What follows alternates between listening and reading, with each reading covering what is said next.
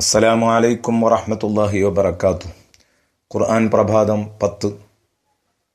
അൽഹംദുലില്ലാഹി റബ്ബിൽ ആലമീൻ വസ്സലാത്തു വസ്സലാമു അലാ റസൂലിഹിൽ അമീൻ വഅലാ ആലിഹി വസ്വഹ്ബിഹി അജ്മഈൻ. അഊദു ബില്ലാഹി മിനശ് ശൈത്വാനിർ റജീം. ബിസ്മില്ലാഹിർ റഹ്മാനിർ റഹീം.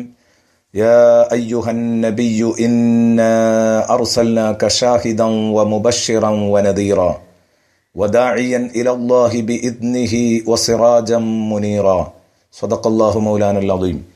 പ്രിയപ്പെട്ട കൂട്ടുകാരെ, സൂറത്തുൽ അഹ്സാബിലെ 45, 46 എന്നീ വചനങ്ങളാണ് ഇന്നു മുതൽ നാം ചർച്ച ചെയ്തു തുടങ്ങുന്നത്. ഹബീബായ നബി സല്ലല്ലാഹു അലൈഹി വസല്ലമ തങ്ങളെ സംബന്ധിച്ച് 5 വിശേഷണങ്ങളാണ് അള്ളാഹു ഈ ആയത്തിലൂടെ വിശദീകരിക്കുന്നത്. നബിയെ തങ്ങളെ നാം പറഞ്ഞയച്ചത് ഈ ഉമ്മത്തിന് സാക്ഷിയായും സ്വർഗം കൊണ്ട് സുവിശേഷം നൽകുന്നവരായും നരകം കൊണ്ട് താക്കീത് നൽകുന്നവരായിട്ടുമാണ്.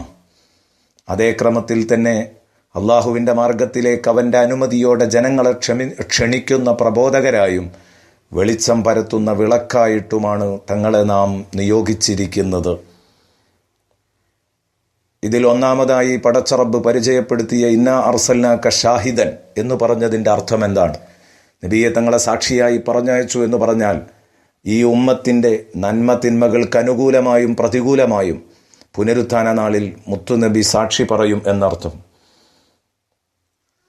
നാളെ സാക്ഷി പറയണമെങ്കിൽ ഇന്ന് ഭൂമി ലോകത്ത് അനുയായികളുടെ കർമ്മങ്ങൾ മുത്തുനബി ലൈവായി കണ്ടുകൊണ്ടിരിക്കണം. അത് കാണുന്നുണ്ടോ? ഇമാം നസഫി തങ്ങൾ ഇത് വിശദീകരിച്ചുകൊണ്ട് എഴുതുന്നു, ഷാഹിദൻ എന്നതിൻ്റെ ചുവട്ടിൽ ഐ അലാമം ബുഇസ്ത ഇലൈഹിം.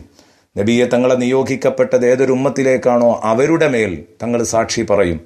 അവരുടെ സൽക്കർമ്മങ്ങൾക്കും ദുഷ്കർമ്മങ്ങൾക്കും. ഐ മഖ്ബൂലൻ ഖൗലുക ഇൻദല്ലാഹ്.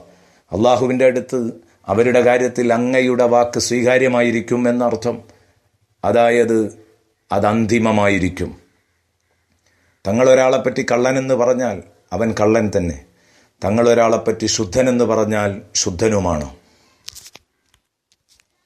ഇതുപോലെ അബു സഈദ് റളിയല്ലാഹു അൻഹു അവിടുത്തെ തഫ്സീറിൽ രേഖപ്പെടുത്തുന്നു, തുറാഖിബു അഹ്വാലഹും വതുഷാഹിദു അഅ്മാലഹും. നബിയെ തങ്ങൾ അവരുടെ സ്ഥിതിഗതികൾ നിരീക്ഷിച്ചുകൊണ്ടിരിക്കുകയും അവരുടെ കർമ്മങ്ങൾ ലൈവായി കണ്ടുകൊണ്ടിരിക്കുകയും ചെയ്യും എന്ന് തന്നെ വ്യക്തമായി എഴുതിയത് കാണാം. ഇതാണ് അല്ലാഹു റബ്ബുൽ ഇസ്സത്ത് സൂറത്തു തൗബയിൽ പറഞ്ഞത്, തീർച്ചയായും വസയറല്ലാഹു അമലക്കും വറസൂലുഹു. നിങ്ങളുടെ കർമ്മങ്ങളും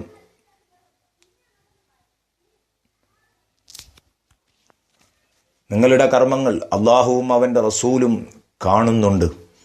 ഇമാം അസ്ബഹാനി റളിയല്ലാഹു അൻഹു രേഖപ്പെടുത്തുന്നത് കാണാം, ഞാനും ഇമാം ത്വബറാനിയും ഇബ്നു ഹിബ്ബാനും മദീനയിൽ ദിവസങ്ങളോളം പട്ടിണിയിലായി.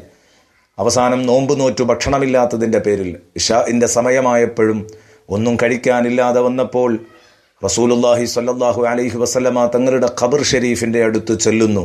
ആര്? ഈ പ്രശസ്തരായ 3 ഹദീസ് പണ്ഡിതന്മാരും. അസ്ബഹാനി പറയുന്നു, ഞാൻ ചെന്നുകൊണ്ട് പറഞ്ഞു, യാ റസൂലല്ലാഹ് അൽ ജൂഅ് അൽ ജൂഅ്. നബിയെ വിശന്നിട്ടു വയ്യ. ഉടനെ തന്നെ ഇമാം ത്വബറാനി എന്നോട് പറഞ്ഞു, നമ്മൾ മുത്തുനബിയോട് സങ്കടം പറഞ്ഞില്ലേ, ഇനി ഞാനിവിടെ ഇരിക്കുകയാണ്. ഒന്നുകിൽ ഭക്ഷണം ലഭിക്കും, അല്ലെങ്കിൽ ഇവിടെ കിടന്നു മരിക്കാം. അങ്ങനെ ഞാൻ പുറത്തേക്ക് ഞാനും ഇബ്നു ഹിബ്ബാനും ഇറങ്ങുമ്പോൾ വാതിലിൻ്റെ അടുത്ത് അലവിയ കബീലയിൽപ്പെട്ട ഒരു തങ്ങൾ വന്നു നിൽക്കുന്നു. അദ്ദേഹത്തിൻ്റെ കൂടെ 2 അടിമകളുണ്ട്. അവരുടെ കൈ നിറയെ ഭക്ഷണമുണ്ട്. ആ ഭക്ഷണപ്പൊതികൾ ഞങ്ങളിലേക്ക് നീട്ടിയിട്ട് ചോദിച്ചു, അശക്കൗതുമുനി ഇലാ റസൂലില്ലാഹി സ്വല്ലല്ലാഹു അലൈഹി വസല്ലം.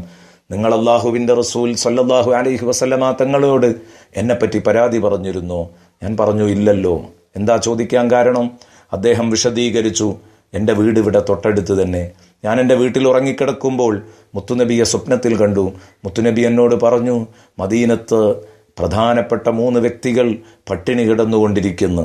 ഇനി മദീനത്ത് പാവങ്ങൾ പട്ടിണി കിടന്ന് അവരെ കൊണ്ട് എൻ്റെ അടുത്ത് സങ്കടം പറയിപ്പിക്കുന്ന ഗതികേടുണ്ടാക്കരുത്.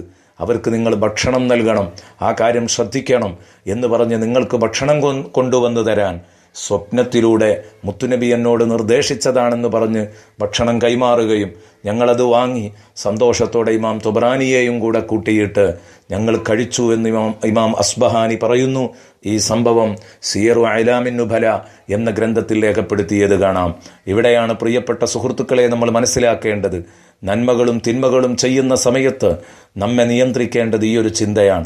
നാളെ നമുക്ക് അനുകൂലമായി മുത്തുനബി സാക്ഷി പറയുമെന്ന ചിന്തയിൽ നന്മ വർദ്ധിപ്പിക്കാനും പ്രതികൂലമായി സാക്ഷി പറയുമോ എന്ന ഭയത്തിൽ തിന്മയിൽ നിന്ന് പിന്മാറാനും നമുക്ക് സാധിക്കണം. അള്ളാഹു തൗഫീഖ് നൽകട്ടെ. അസ്സലാമു അലൈക്കും വറഹ്മത്തുള്ളാഹി വബറകാതുഹു.